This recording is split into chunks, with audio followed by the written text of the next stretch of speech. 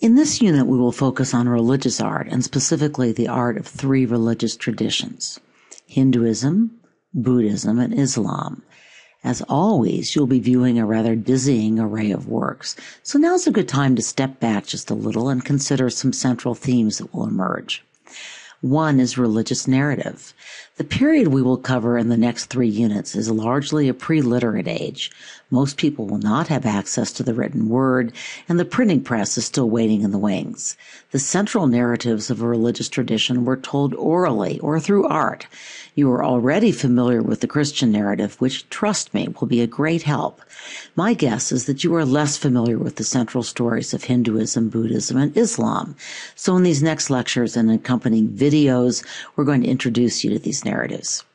We've already talked about the special characteristics of sacred space: exclusivity, abundance of material wealth and decoration, association with ritual and ceremony, and in many cases, location in a place of spiritual or political significance. In this unit, we will look at Hindu temples, Buddhist stupas and temples, and at Islamic mosques and a tomb, as well as a couple of major Islamic pilgrimage sites.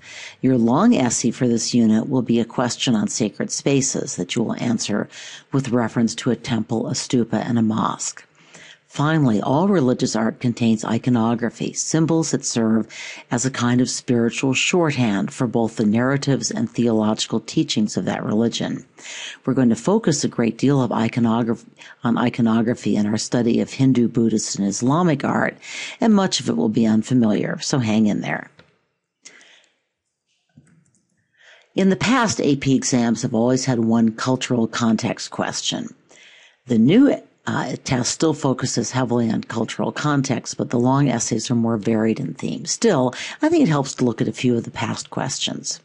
So here's a pretty typical example. Islam, as we'll learn, generally rejects the use of religious images, but the images of gods are ubiquitous in Hindu art, and images of the Buddha and various attendants appear after the first centuries of Buddhism. Note that you need to be able not just to describe an image, but to relate that description to the religious beliefs and to discuss how the images reinforce that belief. In other words, you need to look at content, function, and form in the specific context of each religion. This will be one of the essay questions on your unit test, but you'll only need to discuss one required image from the Hindu or Buddhist tradition. You'll not be able to bring in notes, but you should start thinking from the beginning about what image intrigues you. You will also write a long essay for this unit, this time with pen and paper in class. For this essay, you will be able to use handwritten notes, but not your computers. This is the question you will be answering for this unit, again with reference to a specific Hindu temple and a Buddhist stupa, as well as one of the mosques on the College Board list of required works. Here again, it's very important that you discuss the religious tradition as well as the work of art. This question is not as obviously religious, but as you'll see, the highly stylized figure of the Buddha and of Hindu gods could provide strong examples for a description of the human body. Again, much narrative art is religious art. In just a minute, we'll be turning to the narrative of Siddhartha Gautama, or the Shakyamuni, the original Buddha, and to some of the narratives of the Hindu tradition. Almost all of the major Buddhist and Hindu sites are also pilgrimage sites. The same is true for the Islamic Kaaba and the Dome of the Rock, which are not mosques. How does the art and architecture of the sacred spaces reinforce the experience of pilgrims? Something else to think about. Well, now that I've made this unit sound alarming, I'll move on to Hinduism and Buddhism, and I hope allay some of your concerns. Our story begins in India, where both Hinduism and Buddhism were born. In the past, we have just taught Buddhist art, so I've had to give some thought to how to work in Hinduism. Initially, I planned to introduce Hinduism, explore Hindu art, and then move on to Buddhism. But the more I looked at it and the more I thought about how Buddhism grew out of, and really more accurately in reaction to Hinduism, and at how Hinduism evolved significantly after Buddhism swept through India, partly in response to the challenge this new religion posed, I decided we should really look at the religions together. So I'm going to rely very heavily on videos, a nice break from the disembodied voice.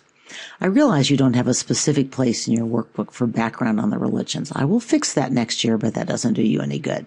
So for now, I recommend you start on the title page of the unit and then take further notes on the Buddha's life in the page about the Bamiyan Buddha. Either the Lakshmana temple or the bronze image of Shiva would be a good place to take notes about Hinduism. Religion in India prior to the arrival of Buddhism and later Islam was dominated by the Brahmin or priestly caste. Indian society, and it was and in many ways still is, divided into rigidly hierarchical castes with the Brahmins on top.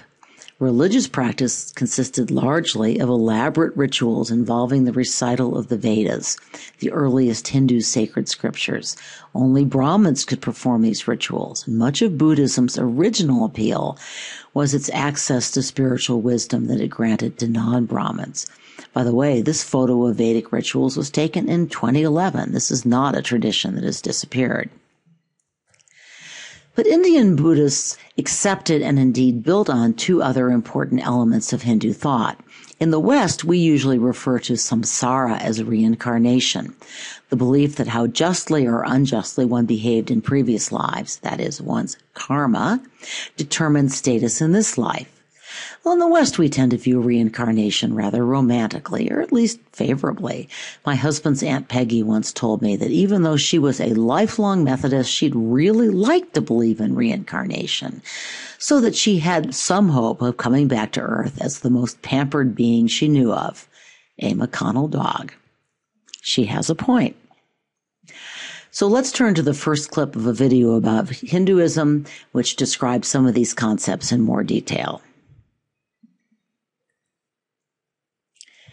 With that introduction, we're now going to switch over to Buddhism, and more specifically, the life of its founder, Siddhartha Gautama. A great deal of Buddhist art and iconography deals with this spiritual biography, often rather embellished. Remember some of these details, and you'll have a lot of specific information to stick into an essay about a Buddhist work. After his long journey to enlightenment, Siddhartha Gautama gathered a group of followers and began to teach. This painting captures his first famous sermon at Sarnath, the Deer Park sermon. Just as a hint of things to come, on the left we see a Buddhist stupa, and on the right a Hindu temple. In his first sermon, Buddha laid out the Four Noble Truths and the Eightfold Path to Nirvana. Remember, this is all about escaping the cycle of life. To do this, Buddhists recognize that life already brings suffering, that this suffering is produced by desire, that they should strive to escape this dependence on desire by following a path toward wisdom. You do not need to memorize the Four Noble Truths or the Eightfold Path, but you should have a general idea of these teachings. I might sum them up this way: by what the Buddhists call mindfulness, or suppressing desire, controlling thoughts, and exploring truth through meditation, and by the practice of nonviolence and good works. So this last little story in many ways illustrates these principles. Now that you know how the Buddha died, how does the manner of his death reflect the Four Noble Truths and the Eightfold Path? Well, he didn't let the desire for life influence him, and that's a pretty darn strong desire. He did not allow evil thoughts to affect his view of the accidental poisoner, but instead he worked for the good of others, both by forgiving the poisoner and by preventing others from being poisoned. Before we head back to Hinduism, let me make some brief comments about worldwide religious and philosophical movements at what is sometimes called the axis or turning point of what we now call the Common Era. Now, not all historians buy into this notion, but the theory goes like this. Between approximately the birth of Siddhartha Gautama and the death of Christ, new ways of thinking arose in Persia, in India, in China and its surrounding territories under Chinese influence, and in the Greco-Roman world. Striking parallel developments without obvious direct cultural contact between all of the participating cultures. I recently listened to a lecture that explained this new way of thinking in a way that I at least found persuasive. The professor stated that most religions and philosophies before the Axial Age were concerned with what he called cosmic maintenance, basically keeping the gods satisfied and, when possible, enlisting their help on your side through offerings and sacrifices. What Buddha, Confucius, Socrates, Zarathustra, the later Hebrew prophets such as Isaiah, and Christ offered was a philosophy and or theology based less on propitiating the gods and more on personal transformation. How do we think more clearly? How do we live more justly? What is truth? How should we pursue it? We've seen how Buddhism challenged a religion based on sacrifices by a priestly caste, a kind of cosmic maintenance, right? And challenged it with a religion or philosophy based on self-transformation through repression of desire, mindfulness, meditation, and good works. Now Hinduism stepped up to the challenges of this so-called Axial Age. Buddhism spread rapidly, especially after it was adopted by the ruler of the Indian Mauryan dynasty, King Ashoka, in the 3rd century BCE.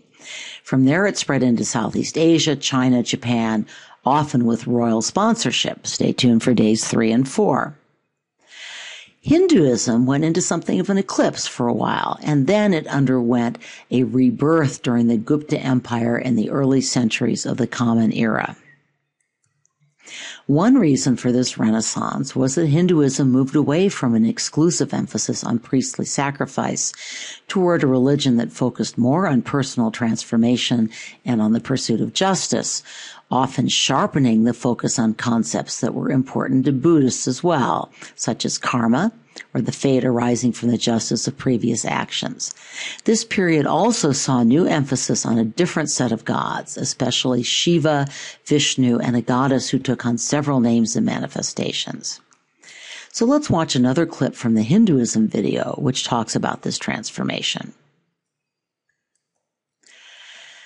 Well, as you've just learned, Hinduism has a vast pantheon of gods, whom Hindus worship individually, often very personally, but whom they also see as part of a general godhead. In this sense, Hinduism is both polytheistic and monotheistic.